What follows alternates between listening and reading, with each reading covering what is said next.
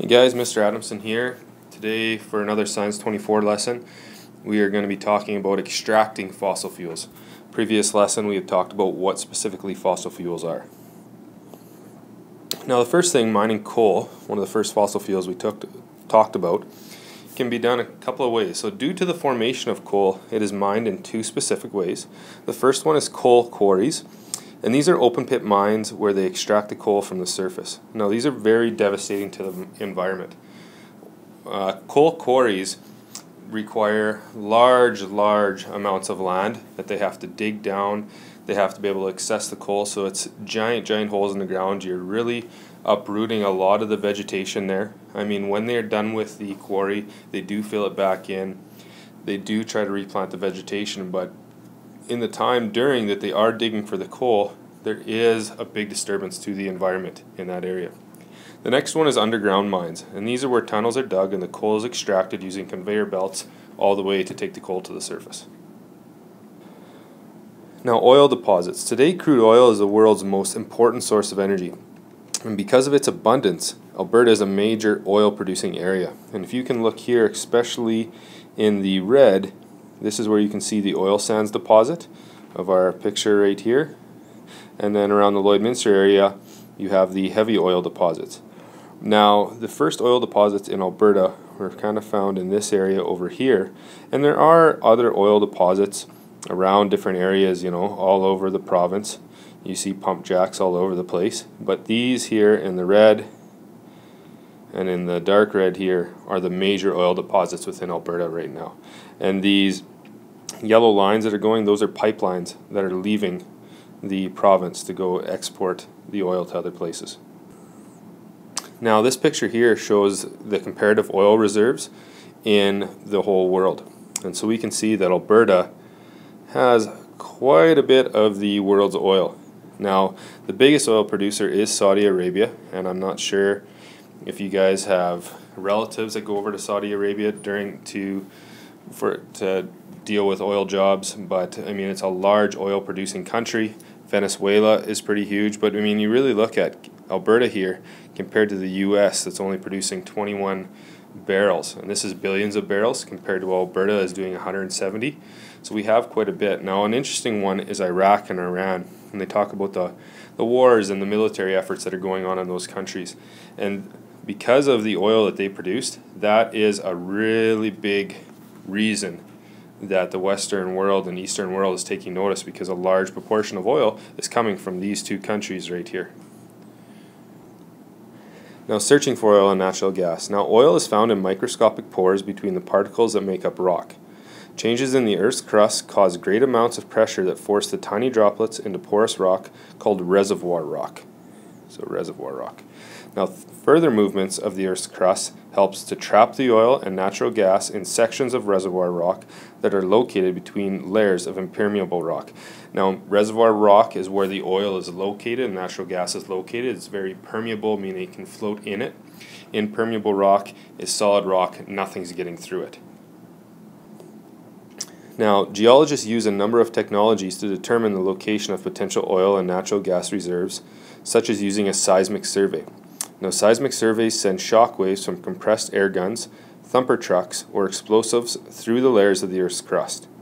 Now, the returning sound waves reflect off the rock and are detected by sensitive equipment and used to create images of the underground rock layers. Geologists interpret these images and try to determine where the oil and natural gas is. And so what I have here in this picture here, this is where they would be drilling for oil in an ocean. And they have a ship here, the survey ship right up here. And the air gun is a source of shock waves, so the compressed air is more environmentally friendly than explosives, where you're not going to be disturbing a lot of the actual land mass or the ocean environment. And it's going to send off these signals down this way. Now this is going to bounce off our deposits and our cap rock and go back up to our sensors here. And that's where they're able to determine where these oil and natural gas reservoirs are. Now there's such things as a thumper truck that I mentioned right here. This is what they're going to use on land, but the same kind of process. It's going to do a seismic survey of the ground. It's going to send signals down through waves, shock waves down through the ground, and they're going to bounce off the rock and come back up, and you'll be able to determine where those reservoirs are. Now, drilling for oil and natural gas. Once seismic surveys identifies the likely places of oil and natural gas, drilling starts. And as long as the pressure is high, and the oil and natural gas may come to the surface on their own. However, if the pressure drops, a pump jack or lift pump is installed to bring the oil and natural gas to the surface. And we see these all over our area. A lot of places in Alberta, the pressure isn't high enough, so we see these structures right here that are bringing the oil to the surface. So it's going all the way down to the ground. We are reaching our reservoir rock, which is this area right here, and we see that through the drilling we have a porous or perforations in our pipe, the green there, that is down in our reservoir rock, and that is where we were able to draw the oil and create a high enough pressure to bring it back up to the surface. Now, refining oil. When crude oil is extracted, it is dirty with a lot of waste products in it. And the oil is refined through a distillation process. And distilling allows people to separate materials with a low boiling point. Now, during the distillation process, heavy lubricants such as motor oil and kerosene are separated from lighter liquids such as gasoline.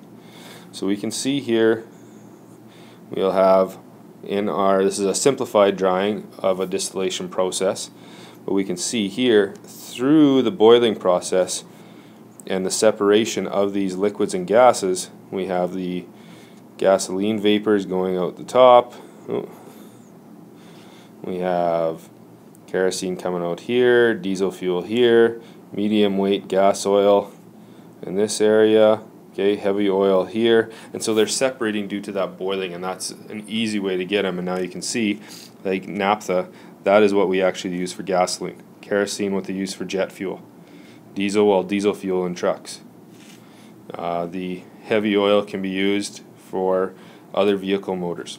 Industrial fuel right here. So a lot of different things that this crude oil can be separated into and produced for our use. Now, natural gas was discovered while drilling for oil and used to be burned off as a waste. So they didn't actually, when they first found natural gas, it wasn't actually of any use to anyone. And it was difficult to control and transport because it was a gas. It was hard to actually trap in a container with the technologies that they had at the time, so they just would burn it off. Now, pipelines, however, now transport natural gas all over Alberta. Now, natural gas is popular because it causes less pollution and provides immediate heat. The stored energy in the gas is transformed into thermal energy for heating and cooking. And some cars are being developed to use natural gas instead of gasoline because it's cleaner burning, it's more energy efficient. And this last slide here, what this is showing is the world energy consumption by fuel type. So if we look here, especially this black line, that's coal, blue line natural gas, and we have renewable energy sources here, and nuclear, which is starting to increase. We see that in 2010 we have an upward trend of all of our needed sources of energy. And by 2040 we continue on an upward trend in their consumption of their use. But the big thing here with these liquids, this coal, this natural gas, and even some point to nuclear, which is, it's still being developed and there's still a lot of ability to harness nuclear energy out there. But these, eventually, we will see start to drop off. And that's because they are a non-renewable resource. Once we use them, they don't come back. And so what we really need to do is really need to be able to harness and make efficient renewable energy sources such as solar energy, wind energy, hydro energy, tidal energy. And we want to see these eventually surpass on our graph and be consumed more than what these non-renewable are. Because this is way better for the environment. So that's it for now. Hope you were able to get something from that, and thanks for listening. Made with Doodlecast Pro.